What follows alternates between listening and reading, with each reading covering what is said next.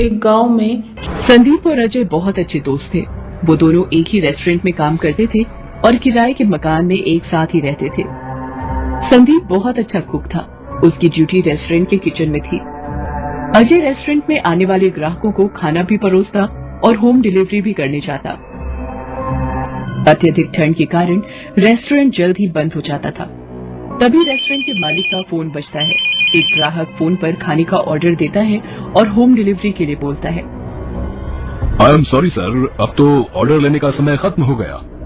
लेकिन फोन की दूसरी तरफ वाला आदमी रेस्टोरेंट के मालिक से बहुत रिक्वेस्ट करने लगा। आखिरकार रेस्टोरेंट का मालिक तैयार हो गया। मालिक ने अजय को डिलीवरी देने के लिए कहा। अजय उस ग्राहक का ऑर्डर लेकर होम डिलीवरी के लिए निकल जाता है। उस दिन अजय डिम्पी अपार्टमेंट के C888 फ्लैट नंबर में डिलीवरी देने गया तो फिर वापस नहीं लौटा। अजय को गायब हुए पूरे 1 सप्ताह हो गए थे। इस 1 सप्ताह में संदीप ने उसे ढूंढने की बहुत कोशिश की, लेकिन वो नहीं मिला। रात के 12:30 बज रहे थे। सड़कों पर एक अजीब सा सन्नाटा फैला हुआ था। ऐसे में अपने कमरे में अकेले बैठे संदीप की आंखों से नींद कोसों दूर थी। तभी उसे लगा कि कोई उसे उसका नाम लेकर पुकार रहा है। यार, तेरी बहुत याद आती है। कौन है? सामने क्यों नहीं आते? क्या संदीप, इतनी जल्दी भूल गया मुझे? ऐसा मत कर यार। अजय, अजय तू यार कहाँ है? कहाँ है तू? मुझे दिखता क्यों नहीं? आ जाना, जल्दी से आ जा यार। उसके साथ हर रात यही घटना हो रही थी। पिछले 3 दिनों से मेरे साथ ये अजीब अजीब बातें हो रही हैं। ऐसा लगता है कि अजय के साथ कुछ गलत हुआ है। संदीप ने मन ही मन निश्चय किया कि वो अपने दोस्त का पता जरूर लगाएगा।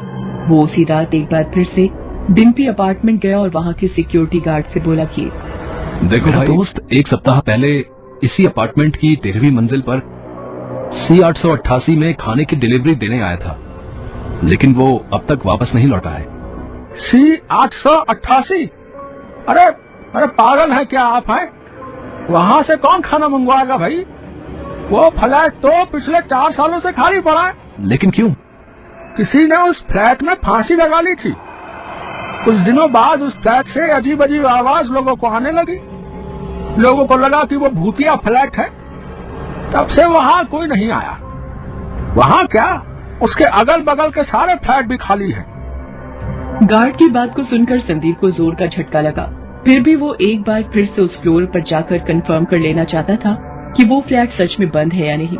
आखिरकार वो 13वीं मंजिल पर पहुंच गया और C888 फ्लैट के आगे खड़ा हो गया। गार्ड ने ठीक ही कहा था, फ्लैट तो बंद है। वो पलट कर जाने ही वाला था कि उसके मुंह पर किसी ने कपड़ा डाल दिया। फिर उसके गले पर एक इंजेक्शन चुभ हो दिया। वो तुरंत बेहोश हो गया। जब उसे होश आया तो उसके सामने 2 लोग खड़े थे। एक को तो वो पहली बार देख रहा था, लेकिन दूसरे शख्स को देखकर संदीप को बहुत आश्चर्य हुआ। तुम यहाँ क्या कर रहे हो? मेरा दोस्त कहाँ है? बताओ कहाँ है मेरा दोस्त? ये वही चौकीदार था जो सोसाइटी की गेट पर उसे मिला था। उसके बाद जो उसने बताया, उसे सुनकर संदीप के रोंगटे खड़े हो गए। तेरा दोस्त तो चला गया। कहाँ चला गया? जहाँ से कोई वापस नहीं आता। उसके बाद उस गार्ड के साथ खड़ा आदमी भी हंसने लगा और उसने हंसते हंसते कहा कि हम आदमखोर हैं। इंसानी मांस और खून के बिना हम नहीं रह सकते, इसलिए हम हर बार कोई न कोई शिकार फांसते हैं। वैसे तेरा दोस्त था बहुत ही स्वादिष्ट। अब हम तय करेंगे कि तेरे दोस्त और तुझ में कौन ज्यादा स्वादिष्ट है। गार्ड और वो आदमी आदमखोर थे। उन्होंने कई लोगों को मारा था और उसे मारकर खा गए थे। हम इंसानों को खाने का काम बहुत सावधानी से करते हैं। किसी को हमारी असलियत पता ही नहीं होती। हाँ। ये कहकर उस आदमी ने चाकू का एक वार संदीप के पेट पर करना चाहा, लेकिन उसके पहले ही उसके हाथ से चाकू किसी ने छीन लिया। तभी अचानक वहाँ पर अजय का भूत आ जाता है। संदीप अजय को गले लगाना चाहता है, लेकिन वो लगा नहीं पाता।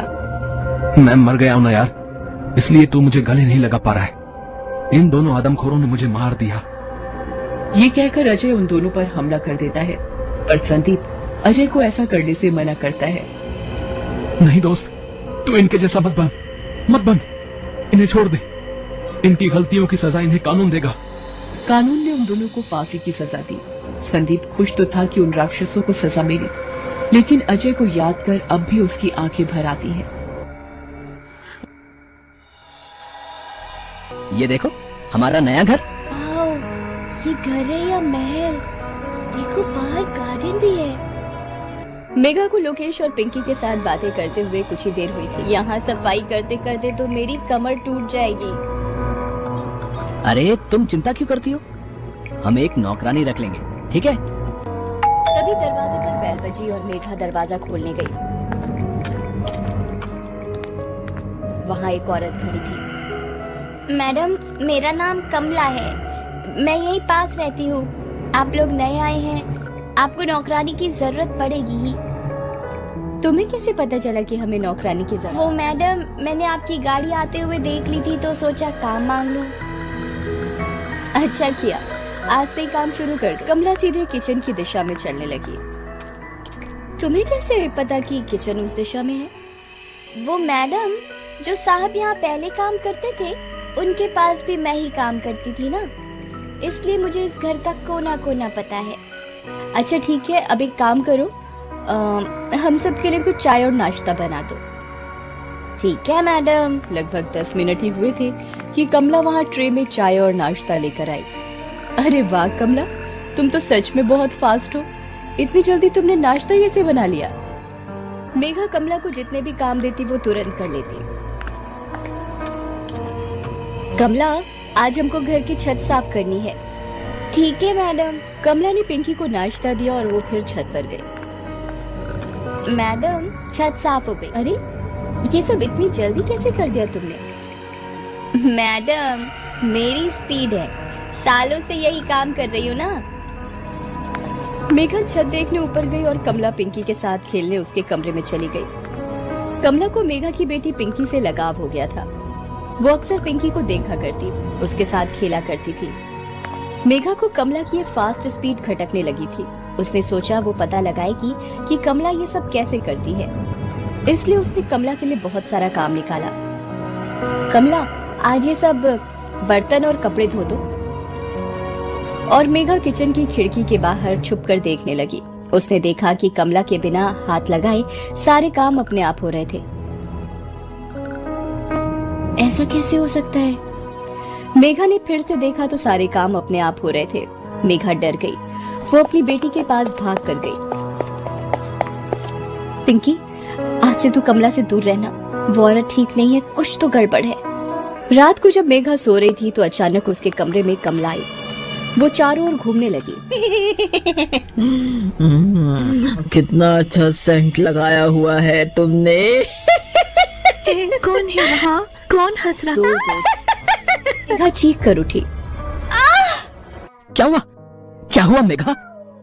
वो कमला औरत नहीं चुड़ैल है। वो मुझे मार डालेगी, वो मुझे मार देगी, पिंकी को भी मार देगी। यहाँ तो कोई चुड़ैल नहीं है। मैं सही कह रही हूँ, अभी यहीं पर थी। हे भगवान, हमारे साथ ये क्या हो रहा है? हमने तो किसी का कभी कुछ बुरा भी नहीं अब किया। तुम सो जाओ, ज्यादा मत सोचो, सब ठीक होगा। लोकेश ने मेघा को शांत करने की कोशिश की। अगले दिन मेघा घर के गार्डन में बैठी थी कि तभी उसकी पड़ोसन वहाँ आई। हाय, कैसी हैं आप? सब अच्छे से सेटल हो गया? हाँ, सब ठीक ठाक हो गया। आपको किसी नौकरानी की जरूरत हो तो बताना। हाँ, मैं भी सोच रही हूँ कि कमला को बदल दूं। क्या नाम बोला आपने? कमला? क्या? उसे तो मरे हुए 10 साल हो गए। 10 साल पहले वो इसी घर में काम करती थी। वो बांझ थी। इस घर में छोटी सी बच्ची थी ऋतु। कमला उस बच्ची को किडनैप करके भाग रही थी। पुलिस की मुठभेड़ में उसकी मौत हो गई। क्या?